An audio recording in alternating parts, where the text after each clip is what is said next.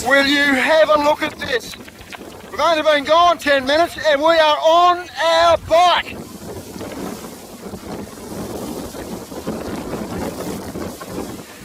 Kenny, this is what you've been waiting for, mate. Been a long time, Juggo. Did we make the starts interesting enough for you? Gotta come up a couple degrees, boys. Fast is fun, guys. Fast is fun. Come up into pressure. The North Atlantic on day 2 of the Rolex Transatlantic race. Pretty balmy out here, warm water. I guess we're in the Gulf Stream. It's really, really toasty here. We're trucking along, we're posting good numbers. We're still working on hard and chipping away on Rambler. She's about 25 miles straight behind us. We've been driving downwind to get around this ice gate. Pretty good numbers, as you can see. Not as good as last night. That was a hell of a start. Really fun. Ripping. Actually quite intense sailing. We're ripping pretty fast, 25 to 30 knots of boat speed. But this is what Comanche was built for. And she's going really well. So far so good. Rolex Transatlantic Race 2015. Some hard men in the back of the boat. Look at them. How you travelling, fellas? It's a wet whippy. Hey, come on, boys. Nice puff here.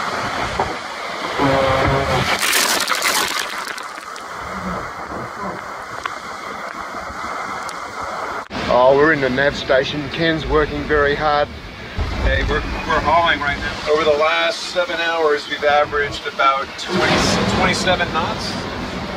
That's about a knot and a half over the world speed record for 24 hours. Woohoo! Look, I don't know what day it is, but I can tell you where we are. We're on board Comanche, and we're in the zone. This is great sailing. Go. Attaboy. Nice job. Woohoo! Nice job, kids. Hey, kids. We are now officially the fastest monohull in the world over a 24-hour period. Nice job. Well done,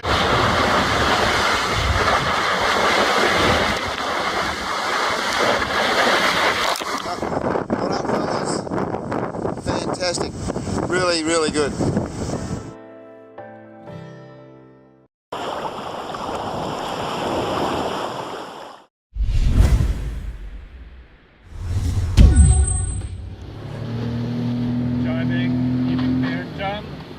Keeping clear. Ahead, right of way. Ahead, right of way. It's contact. Oh, the mast broke.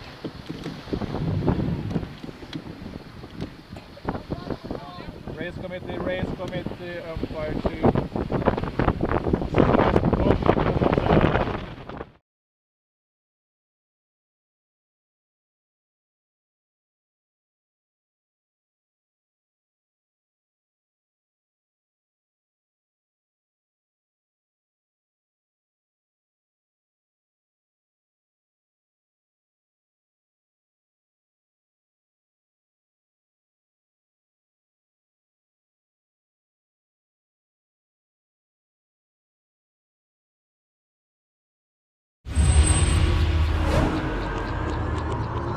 One World Series. One World Championship.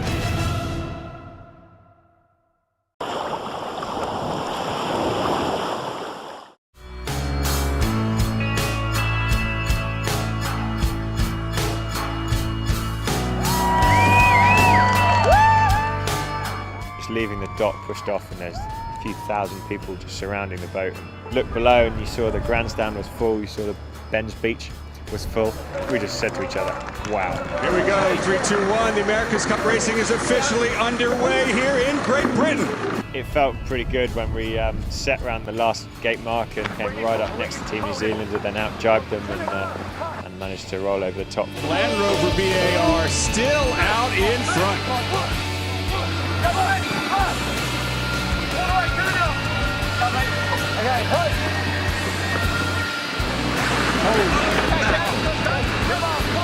Ben Ainsley and crew, their first debut, and they have done it, winning race number 1 of the Louis Vuitton America's Cup World Series. The sailing team have worked really hard on and off the water. I've been really impressed by the way the sailing team have come together and the effort that they've all put in, and it showed. These guys just have great boat handling. You can tell at the marks that these might be the most practiced 5 guys on the race course.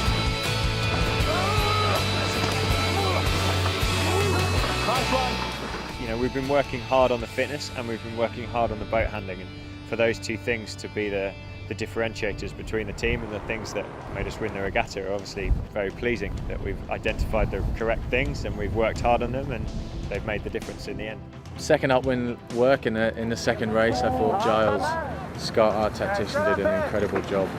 We overtook the Japanese, we got ourselves right onto the back of the French, and ultimately, critically, then got past the French on that final run. And all of a sudden there's been another pass where Ben Ainsley Racing has actually gotten through Team France into second place. Didn't really know it at the time, but proved pivotal with the overall win for us.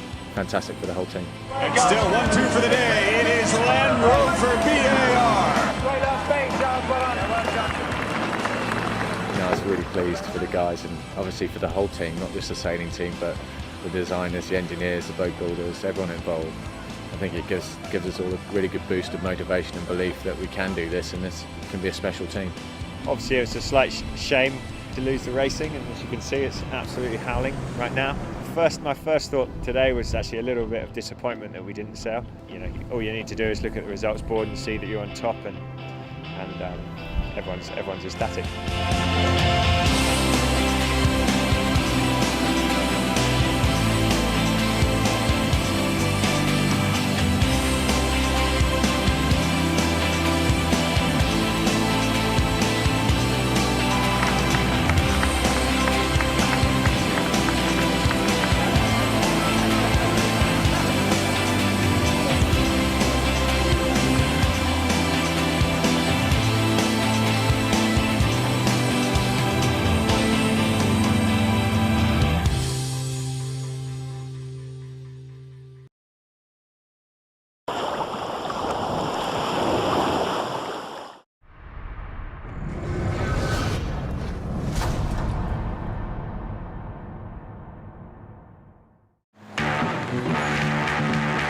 Welcome to Act 5 of the Extreme Sailing Series from Hamburg, Germany. The racing on the River Elbe, fast and furious right from the word go. 9 top teams racing at full throttle, sometimes on the edge of control. An SAP Extreme Sailing team got caught out. Huge crowds up close and personal were thrilled watching action-packed races. Nino Sonego Team Italia finally clicked and really mixed it up with the top teams. A family affair on board for Team Extreme Germany, and they got better race by race. Oman Air and GAC Pinder got in on the act and posted some nice wins. Team Turks enjoyed the conditions, racking up the points. Devana and Booth with one eye on the podium finish. But after 3 days and 19 full-on races, only 7 points separate the top 4 teams. Red Bull Sailing Team frustratingly inconsistent, but was still in a strong position. The first 4 boats are only 7 points apart. This is actually nothing. It can happen in one race. The secret was well and truly out as far as Gazprom Team Russia are concerned. They don't just want podium, they're going for the win in Germany. Posting 3 wins on the bounce on day 1, big points on day 2, but they struggled on day 3. The Russians, however, still third on the Hamburg leaderboard. Definitely in the hunt for first, so we just got to be super hungry dogs today, ready to pounce and get some meat. In second place on the table and set to pounce on the final day, the Wave Muscat. Skipper Lee McMillan may be nursing the effects of a broken hand, but his eyes were firmly set on taking his third win on the 2015 series. SAP Extreme Sailing Team was sitting pretty at the top of the Hamburg leaderboard. A 10-point cushion going into Day 3's final race, but the capsize reduced their lead to a slender 1 point. However, the Danes up to that point, the model of consistency. Nothing is decided, so we really need to push hard, and even we capsized yesterday, then we're confident and we keep pushing. The final day. Hamburg is a new stadium venue on the 2015 series, and over 44,000 spectators crammed the shoreline to watch the action unfold. They were not disappointed. The Wave Muscat came flying out of the blocks and they posted the first day's win. Meanwhile, the Danes got it wrong and tangled up with GAC Pinder. SAP Extreme Sailing Team suddenly were now in a fight for survival for a top 3 finish. Red Bull Sailing and Gazprom Team Russia were closing in fast. But as is the way of things on the Extreme Sailing Series, the fight for the win in Hamburg went down to the final double points race. As the top team slugged it out, Team Turks kept the best till last and stormed off the line. They sailed a blinder and went on to win the race. Their delight self-evident. SAP fought hard to the last, but Gazprom Team Russia edged them out on the run-in. As a result, they nailed a well-deserved second place finish. This was their best result on the series thus far. As an added bonus, they also scooped up the Land Rover Above and Beyond award for demonstrating outstanding teamwork. The Brave Danes were disappointed with third. However, Hamburg belonged to the Wave Muscat. Lee McMillan and co played it safe in the final race. They protected their lead and, with it, the win in Germany. It was a really exciting day today. Huge crowds, which was some of the biggest we've probably ever seen here, coming out to watch, and that really kind of made a difference to the buzz on the boat. And we knew we had a task. It was close between first and fourth going into today, so we had to really be at the top of our game, and we managed to do that. So it was a great performance by everyone, and we're thrilled. The Wave Muscat take their third win of the 2015 series and top the table after 5 full-on acts. However, it's still pretty tight between the top 4 teams. Hamburg has been a wonderful new venue to the 2015 Extreme Sailing Series.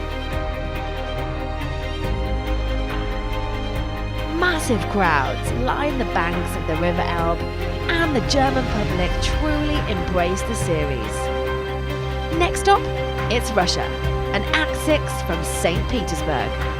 Thank you for watching, and goodbye from Hamburg.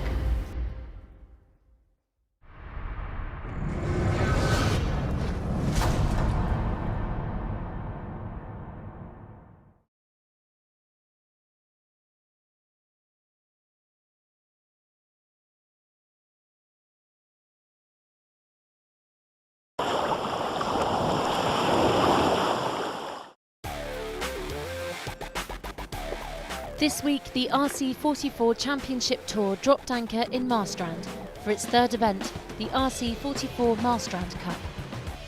The opening day saw the teams in match racing mode as they battled it out one-on-one along the Swedish west coast. All eyes were on local favourites Artemis Racing, but it was Brunello Sailing Team who consolidated their leading position in the RC44 Match Racing Championship, albeit with the same number of wins on the day as Team Aqua. The following day was a chance for the teams to size each other up in the first of the fleet races.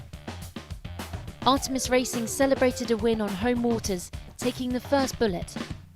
Team Mika did the double and won the following 2 races. The second day of fleet racing kicked off with 14 knots of breeze and a considerable swell on the water. A new host of winners was spraying the champagne on the dock as Brunello Sailing Team, Charisma, and with a considerable lead, Peninsula Petroleum made their presence felt. The penultimate morning saw choppy seas, placing a premium on boat handling. Team Nika took first blood, followed by Charisma in race 2. The final bullet went to Team Aqua inside the fjord. The sun came out to greet the fleet on the final day of racing, and Brunello-Sec's sailing team had their eyes on the prize, hoping to top the overall leaderboard at the end of the competition.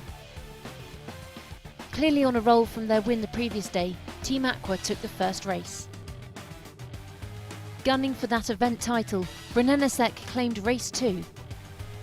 And fittingly, it was Artemis Racing, the first winners of the event, that led the fleet down to the finish line for the final time. So, after a consistent performance this week, Brunello-Sec sailing team claimed the Marstraand Cup for the second time running.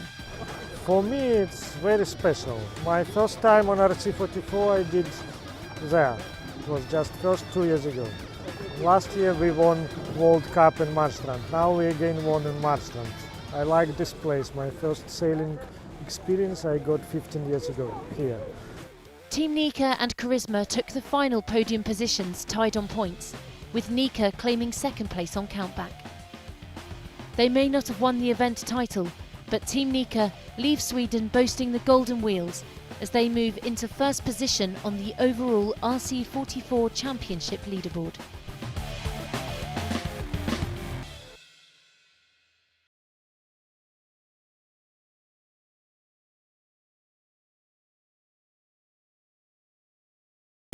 Okay, we're about 20 seconds from a jib up. We're running a 5-minute cadence for this maneuver. Jib up, spinnaker down the forehead. Okay. Jib is up. Okay, jib going up if you're ready.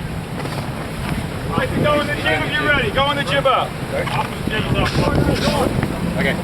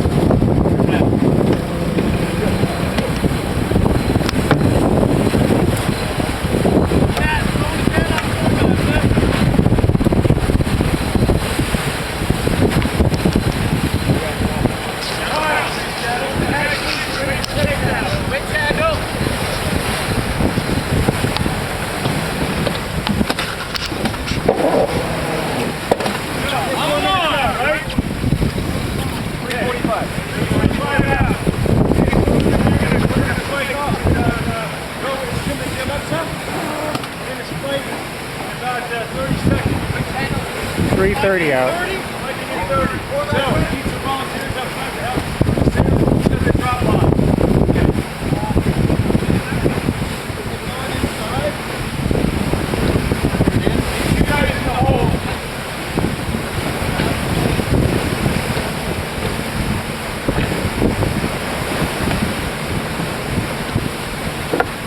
How long?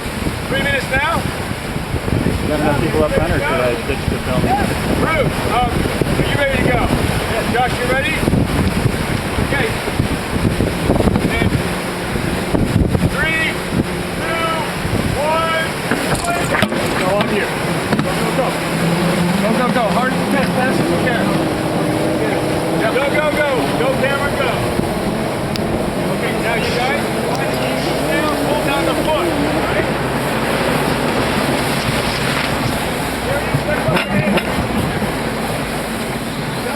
Down the foot.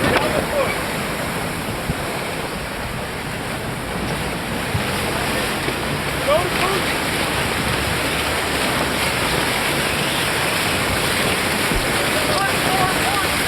Go, go, go. Come on.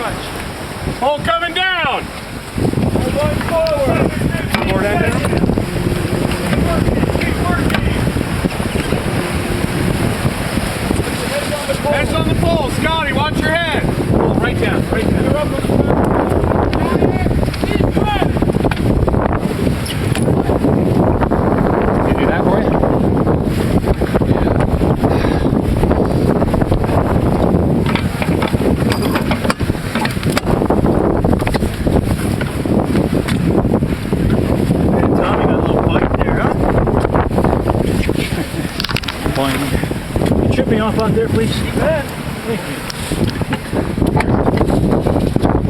Ooh, forward, not up. Thank you.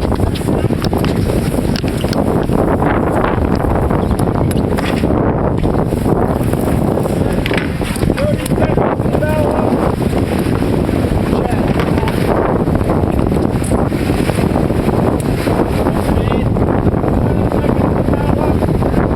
Where's red? Clean red now, yeah? Back in the mast? Here you go.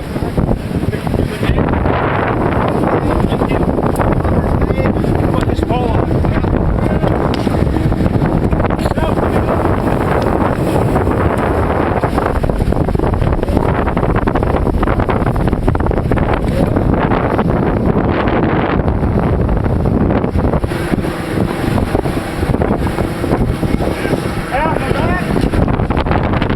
Half 1 meter.